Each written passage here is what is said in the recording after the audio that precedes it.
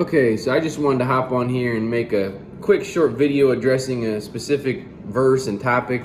I don't typically, this YouTube channel is really just dedicated to being an archive for my sermons, a place I can log all of them. That way I have them all in one place if I'm ever applying for a job or something in the future, or just having a discussion with somebody that I maybe want to refer them to a specific topic or theme or scripture. I can point them to, hey, I actually did a sermon on this. You can check out and kind of see me as best as I can articulate my thoughts and understanding of whatever we're talking about. And so I don't know if I'll make more of these in the future.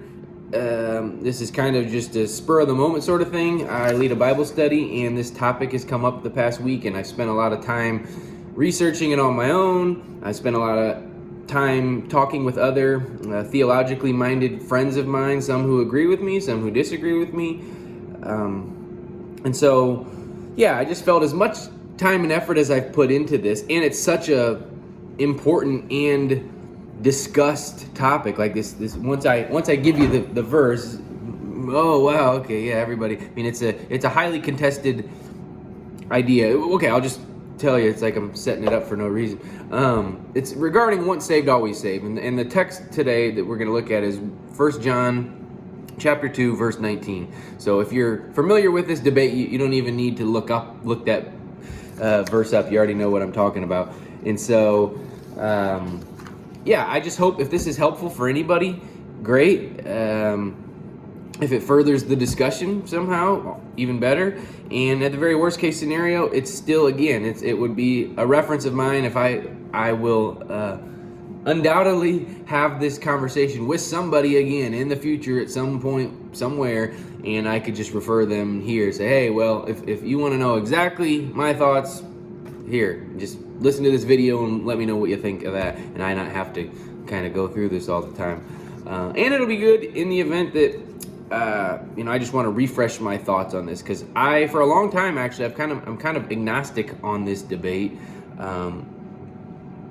as to whether one can fall away, and I don't like the language of losing your salvation. I think forfeiting your salvation makes more sense, because it's not something you just unintentionally lose. It would be something that you intentionally leave behind. That's what falling away would be.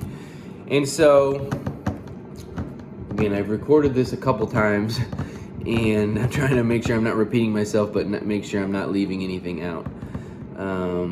Yeah, so let's just go ahead. I've got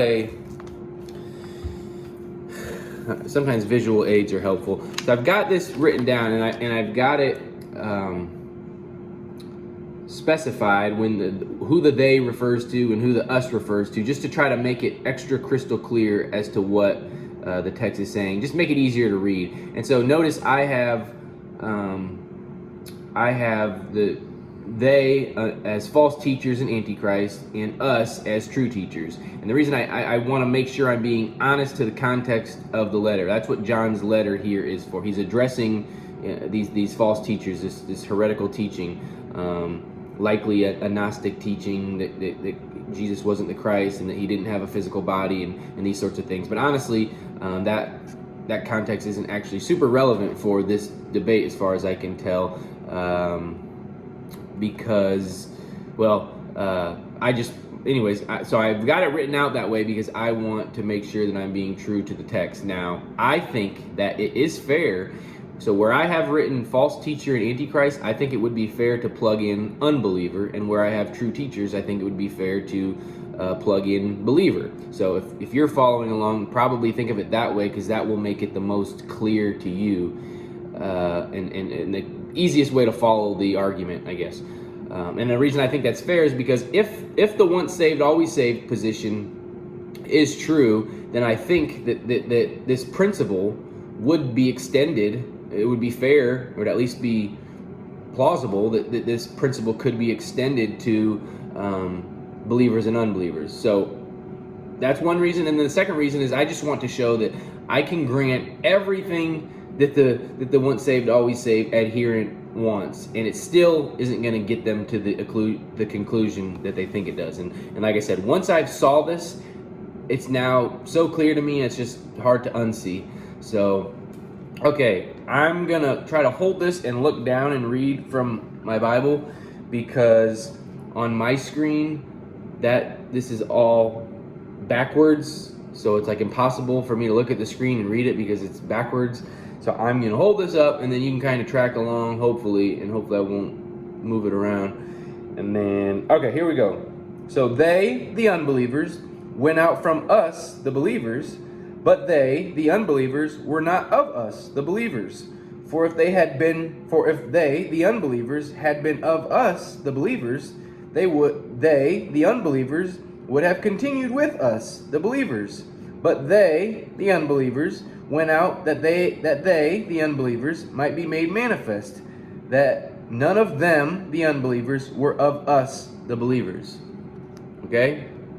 So, now I'm going to put that down. And so, again, maybe that helped, maybe it didn't. I don't know. I think somebody's having it written out and specifying at each point who it is he's talking about kind of makes it easy to follow. So I'm willing to grant here that it's talking about believers and unbelievers.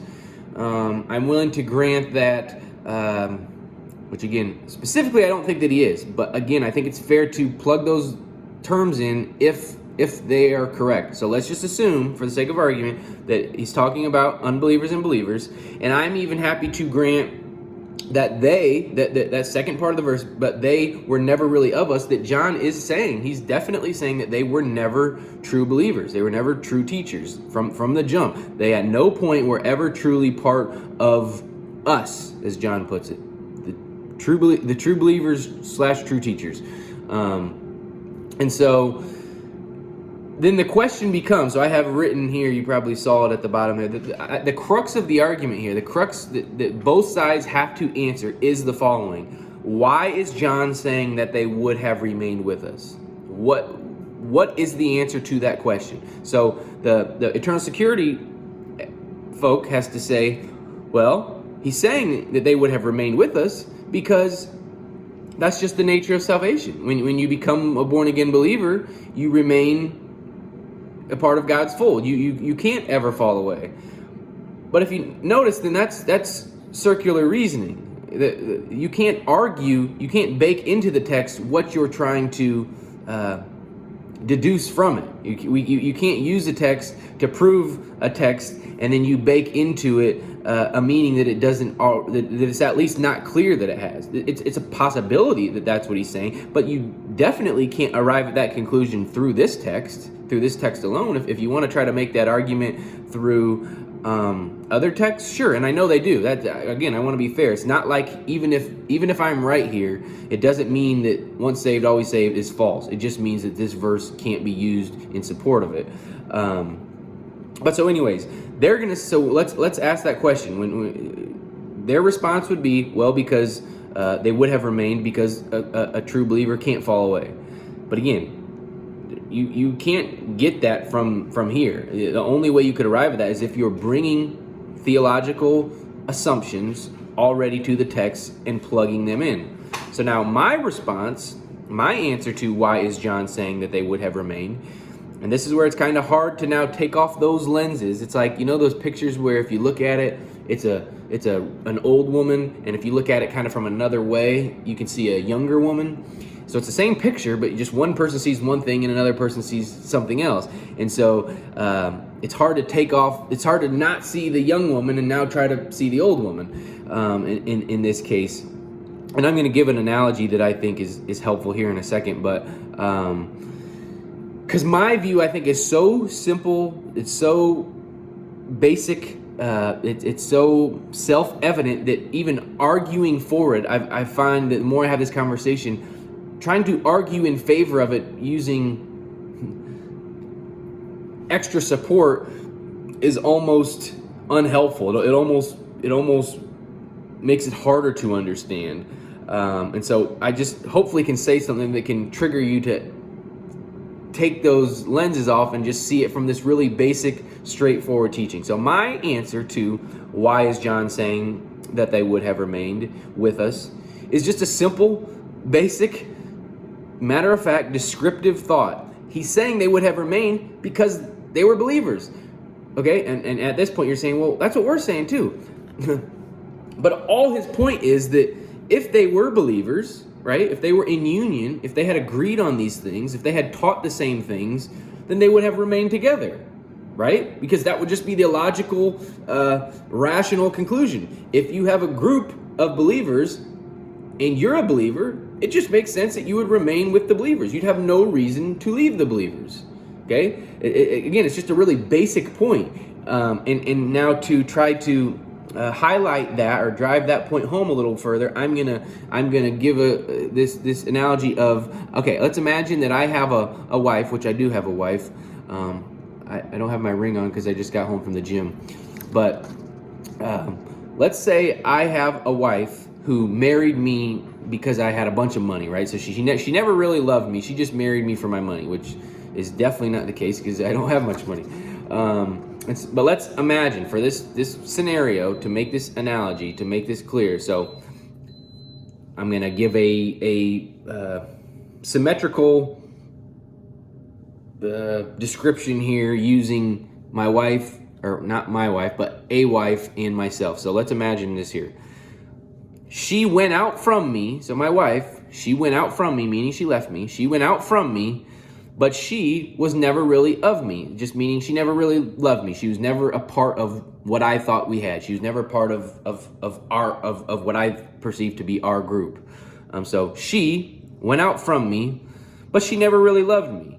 For if she had really loved me, so if she had been of us, if she had been a part of a true union with each other, she would have remained with me. Okay, so I kept stopping there. I'm going to just read it straight through, and then hopefully you can see the picture. So she went out from me, but she never really loved me. For if she had loved me, she would have remained with me. See how basic and simple that is? I'm not making any sort of grand claim that there's something about loving me now necessitates something in my wife to make it the case that she can never leave. No, I'm just making the matter-of-fact point. If she had loved me, she would have remained with me. Why? Because why wouldn't you? It would be, again, irrational to leave a union with somebody that you love without any sort of reason. If you love the person, you're going to stay with them. The reason you left the person is because you don't love them. It doesn't matter and that first part of the verse just kind of muddies the water. I know John didn't anticipate, I don't think, this debate, but the fact that he does say, he makes it clear that they were never truly of us, I agree, isn't relevant to this basic point. That doesn't matter. This just happens to be the case in this scenario that these people weren't ever of them. Okay? But it doesn't matter. All he's saying is that point. If my wife had truly loved me, she wouldn't have, or she would have remained with me. It's that basic. It's that simple. Had these false teachers been true teachers, had they agreed with John and the apostles, then they would have remained with them. Why? Well, because they would have been in agreement on teaching, on doctrine, right? Maybe it helps to think about too that the tense of the verb remained is past tense. He's done. They would have remained. It indicates nothing about the future beyond that point. He's not making any future claim. He's just saying these guys left us. The reason they left us is because they didn't believe what we believed, and they never believed what we believed. That's all.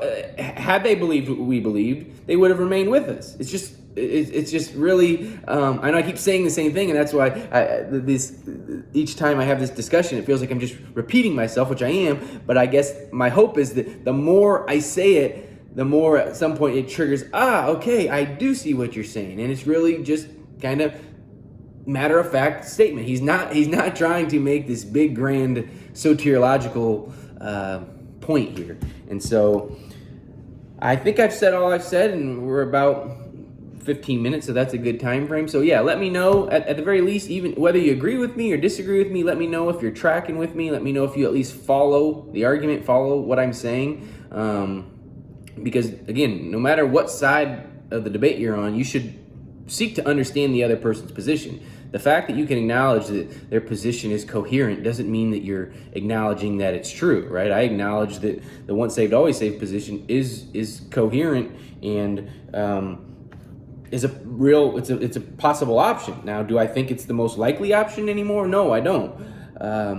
So anyways, yeah, let me know what you think.